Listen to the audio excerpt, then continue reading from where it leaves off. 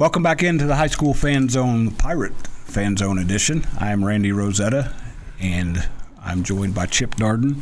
And I told you I'd forget if I didn't look. Peyton Duncan, who I was just trying to figure out if I covered his dad, because I'm getting old enough now, Chip, where I keep running into that. Well, first of all, when I started my website and I looked at who the coaches were, I recognized your name. I told you the other day, they said Max Cantwinkle is the Lubbock Cooper football coach. And I said, what? He's a baseball coach. And then they said Brad Winchie's the Lubbock Cooper baseball coach. Well, I know I covered Brad. Yep. I can very specifically marry him. So enjoy your youth. I'm getting there with you, too. You know, when Winchie stepped up, he said, man, I'm getting old. I said, how old are you? I just turned 41. No. I got a few more rings around the tree. So, Matt, I think there's a chance I may have covered your dad back in the day. So we're going to have to figure that out. Okay. But we're going to talk about 2025 now before I forget what's going on. I like it. Because these Pirates have a big one. It's the HubCPreps.com Game of the Week, Friday night, 7 p.m. at Pirate Stadium against Lucas Lovejoy. And they've got a coach who's coached a while. I've heard of him, yeah. A guy named Todd Dodge. If you've not been under a rock in high school football circles the last 30 years.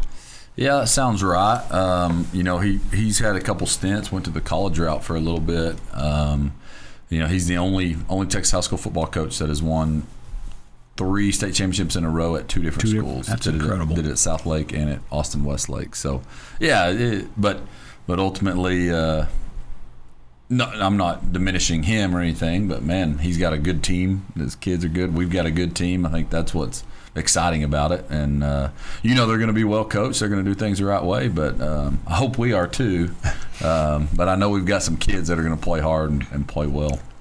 And I'm going to bet they're a little bit motivated, thinking back to this time last year, because you guys went to their place and won 46-43. Sounds right, yep. And that was the statewide game of the week, I believe, on Dave Campbell, or was it? On Bally's. You guys got a lot of attention, Peyton. Living through that, looking back on it, how cool was it to be Coach? When he talked the other day, he said that was a lot of pressure on our guys. What was that like? It was very cool. Going into it, we know what we have to do. Same thing that we have to do this week and every week. We have to come in with the mindset that this is a good team. They are able to beat us, but if we play how we are coached to play and how we are supposed to play, we can beat them. And the good news is they got to get on the bus and come this direction. I wonder if Todd's ever coached a game out here.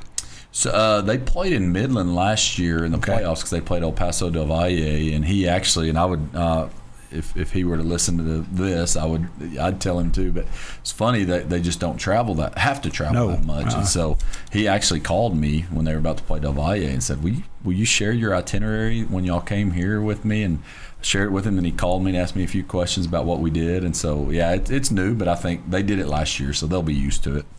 Seth Parr, I remember talking to him after he'd left to go to Anna from Coronado, and he said how Seth got cranky about a lot of things, as you know. He said it messed him up a little bit that all they had to do was just get on a bus and drive 30 or 45 minutes instead of planning a road trip to Abilene or planning a road. Yeah. It's a little bit more tougher hide out here, I think. Coaches, players, media guys, we get used to the road trips. Yeah, and that district is crazy because we played Walnut Grove in the playoffs too, and so I kind of, when we were about to play them, didn't know much about them, didn't know much about Frisco Emerson, and you start looking at it on a map, and I mean, they are all right together. I bet by the way the crow flies, I bet it's a mile each. It just seems like they are right together. The newest Prosper team, Richland, is actually coming out to Lubbock 2 weeks in a row. They play Lubbock Christian, and then they play Memorial in a non-varsity game. So we got some folks coming. Yeah, they get out. They can come out here and see us a little bit. We have to go out there all the time. So. We pride ourselves a little bit, and Peyton could tell you more, but we pride ourselves in going on the road because there's a little bit of there's less distractions, and it's just kind of us against the world. You get that feeling, but I think our guys enjoy some of the long road trips. Maybe not 6 hours, but those 2.5, 3 hour road trips aren't bad. Well, you guys have found a way to be successful wherever you played since I started my website. Chip's, he can blush if he wants to. I said this on the radio today, talking to Lance Lannert up in Amarillo. He asked me teams to watch. and I said that Lubbock's going through a transition right now with Liberty opening, with Memorial opening, but until somebody knocks Lubbock Cooper and Friendship off that perch, you guys, those two programs have kind of been the bell cows out here for a while. You're playing for a guy he's going to downplay it when I say this. He's a young coaching legend already. When you got to Lubbock Cooper and started kind of working your way up, what did you start learning about Coach and that program that made you proud to put that uniform on? Well, so my brother played on their 2019 team, which went to the state semifinals. Should have gone to the state championship game. I'll say it if Chip won't. But so he was with them 20, and my mom teaches at the middle school, so I've been at Cooper my entire life. I've been to almost all ball boy. Not ball boy, not quite there. All right. But I've been to almost all games since I was in kindergarten. But just growing up, I've known Cooper's program is. I mean, it's a good culture. Has a tradition of winning, tradition of playing the right way, and Coach Darden, whenever he took over, carried that on. Yep, he took over for a guy who had it going pretty well, that old baseball coach. Yeah, there's guys that we call program guys, and that's not to discount anybody that moved in, but like Peyton's a program guy, and he's been around it. He's been in our middle school, just all the way through it. He's exactly what we want out of a player, and his brother was a pretty good player too, and we were right there at the end, had a chance, but that was a. When did you meet this young man? Shoot, I don't know. He was little, probably at football camp when he was. Probably one of the camps. Yeah, before he was in middle school. Those are the cool stories, I think. And listen, the other teams in Lubbock have done a lot of good things. That's not to diminish anything, but there's reasons why Friendship and Lubbock Cooper have gotten to that point, because you guys grassroots it and have gotten to where you're at. I'm going to stop making Chip blush here. We'll start talking about his team in this season. Starting with Lucas Lovejoy, we touched on him a little bit. They went 10-4 last year, which means they hung around in the playoffs for a while. Lost to Argyle in the, I guess that would be the semifinals or maybe quarterfinals. We'll talk about that. We're coming up on a break. We'll be back after that on 100.7 The Score in the Pirate Fan Zone.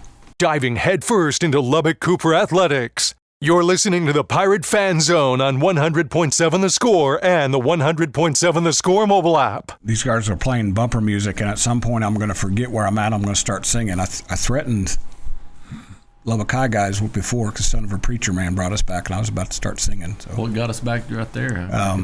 Alabama. Yeah, okay. I can't remember what song it was. I mean, okay. I grew up on Alabama songs. So again, we're not going to get into my singing ability. We're going to talk football. That's what we're supposed to be here for. So Lucas Lovejoy, Todd Dodge is the thing that jumps out at you, Chip, but they're also a really good program. They've been around. How long have they been around? Yeah, I want to say like 2008 was their first years of school, and they kind of did the fast track 2A, 3A, 4A, 5A. I think talking to Coach Dodge, he thinks they'll kind of cap out at 5A, just landlocked and where they're at. But really good program. I want to say this year this past year they made it to the regional finals, and I want to say that they've lost the regional finals like 3 out of 4 years or something. They've made deep runs through several coaches, and just a impressive program. We like playing programs like that do things the right way. They play the game the right way. I mean, I can't remember last year. There probably was, but I can't remember a personal foul penalty or anything like that. It was just a clean football game, and so we like playing programs like that. And then, yeah, they're super talented. And I know you didn't ask me about specific players, but, the name Todd Dodge takes headlines, but their quarterback takes headlines to me too. Like he's an impressive player. Last year against us, he ran for 100-something, threw for close to 300. He's just super talented. Janicek, I believe is how you pronounce his last name, and he's going to get to play college football somewhere. But they're good all the way around. I could go through and start naming a lot of their players, but they're just a solid football team that we're going to know where we stand pretty quick. Like we're going to find out where we're at as a team and what we're good at and what our weaknesses are. They'll expose us, and hopefully there's not too many of those, and hopefully they're easy fixes. But they'll let you know where you stand pretty quick. Hayden, you guys have watched video of them. You've seen what they can do. What are some keys? I forgot to ask you what position you are when you got here. I'm a center. That's what I thought. That's what Coach told me the other day. What are some keys for you guys up front against them in game one? I mean, they're good all around. They're solid all around on, especially their front seven. I don't watch the coverages as much, but their front seven are very good players, and I'm not going to say they're perfect, but they're very good.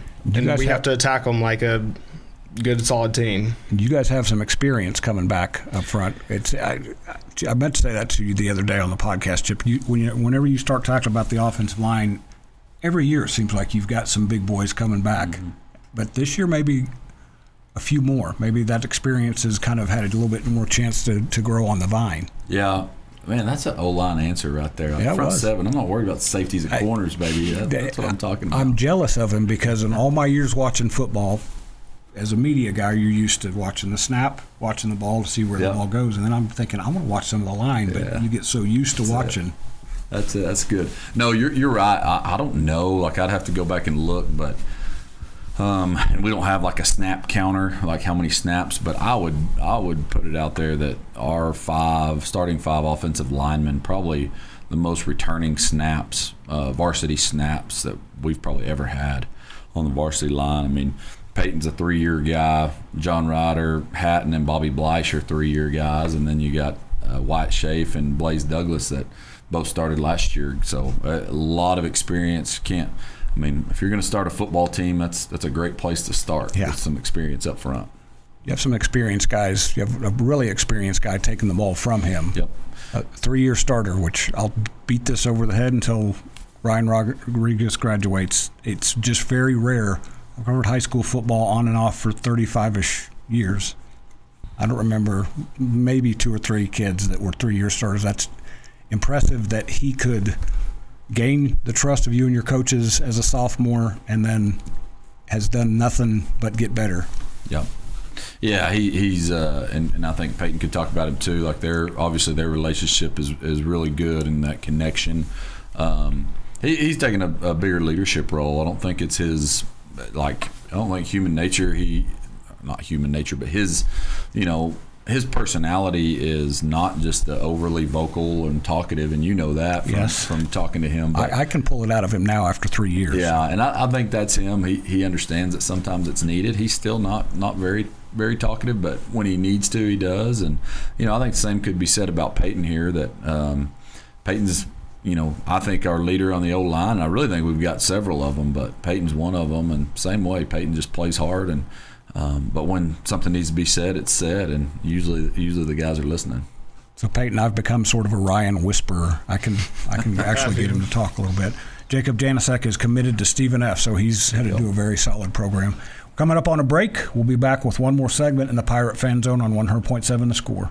Diving headfirst into Lubbock Cooper athletics. You're listening to the Pirate Fan Zone on 100.7 The Score and the 100.7 The Score mobile app. They brought us back with something I don't recognize. That's for some younger coach somewhere. That's all right. We need some Led Zeppelin to bring us in. I would be okay. That one I don't recognize. We're back on the Pirate Fan Zone talking Lubbock Cooper football. The Pirates start the season Friday at home at Pirate Stadium against Lucas Lovejoy. That's the HubCityPreps.com game of the week.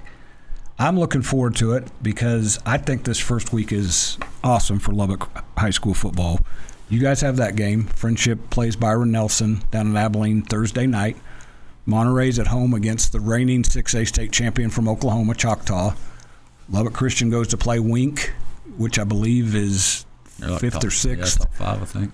Estacado goes to play Jim Ned. I think both of them are ranked.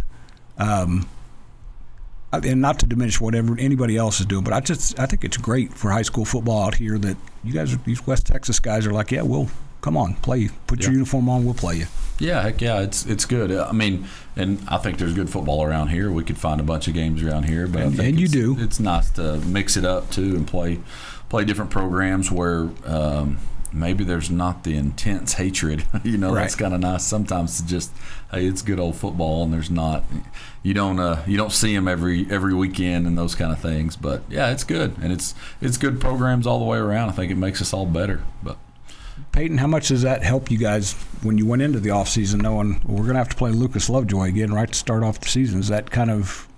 I think it changes the mindset of going from we're going to see these guys in playoffs, and that's whenever we have to get ready to. We're seeing them now, so we have to take this offseason like it's going to be the hardest one that we're ever going to have, because we have to be ready for Lovejoy and other teams like that. Because I think it does. You start the season against the teams kind of teams you're going to see in November and hopefully December, and that gets you ready to see, okay, we saw what we had to do in week 1. Now we're 10 weeks later. Yeah. You guys come off a bye, which is still weird to me. Yeah. But Chip, how much does that help you? Did that go into the thinking at all to kind of give them a taste of what you want to see in November? Yeah, maybe a little bit, which, I would have. You want to win the game and go 4 rounds deep, but I would trade. I would have traded positions and played 4 rounds deep as compared to winning that first one. But I think that's what it maybe taught us a little bit is, hey, we're good enough when we play at a high level. We're good enough to play with them that went to the regional finals, played Argyle in the regional finals, and when we saw that we were right with Walnut Grove. I mean, that game can go either way too. And, yes. So I think it gives our guys confidence, but I think that goes back to even when he's talking about his brother Logan playing in 2019. I think the program gained a lot of confidence there, and hey, Alito that's got still got guys that are playing for Alabama and that how good they were. In fact, right there down to the wire. I think that helped the program. That's what I wanted to say. The quarterback from their last team that you played, last Alito team, just got named the starter at Oklahoma State. I knew he was an I knew he was right up there. He's a good player. Yep, that guy was a bulldog now. Yep. I know he was tough for your defensive guys. Coach may reach across the table and try to smack me here. What he just said there, you guys, you've cracked the ceiling. You haven't quite broken through. But what's cool to me, I don't know if cool is the right word, what's impactful is you've lost to the state champion 3 times? 4? 3. Okay, 3. Twice to Alito and once to South Oak Cliff. Mm-hmm. So you guys are right there, and you watched your brother go through it. What do you have to do to get down? We're looking way down the road there with the season opener, but is this team a team that could crack that glass and get through state semifinals or further? I think we can. I think the team that we have, pending no injuries, no dumb stuff happening, I think our team is very solid at every position. We haven't even talked about defense. We may have to save that for next week because I don't need Sione Vai chasing me around, man. You go head to head with him some. Yeah. You know what I'm talking about. We talked to him the other day. I said on the radio to Lance that guy's, if there's a better defensive player in Lubbock right now, I can't think of it off the top of my head. We're running out of time, so we're going to have to talk about the defense the next time. But, Chip, I know you guys want to win the game Friday. That's a no-brainer. First step, though, what do you want to see from your guys for 48 minutes or however long it takes against Lucas Lovejoy? Yeah, we need to – it needs to execute at a high level. I think what we've been trying to do for 4 weeks is be pretty basic and install our basic stuff and run stuff that we can execute. So, yeah, we want to win. We're going to do everything we can to. But if we don't and we execute at a high level, I think we'll take a lot of positives out of it. So I'll go back. It's a great first step no matter the outcome. So that wraps us up on the High School Fan Zone tonight and this week. We'll be back next Tuesday.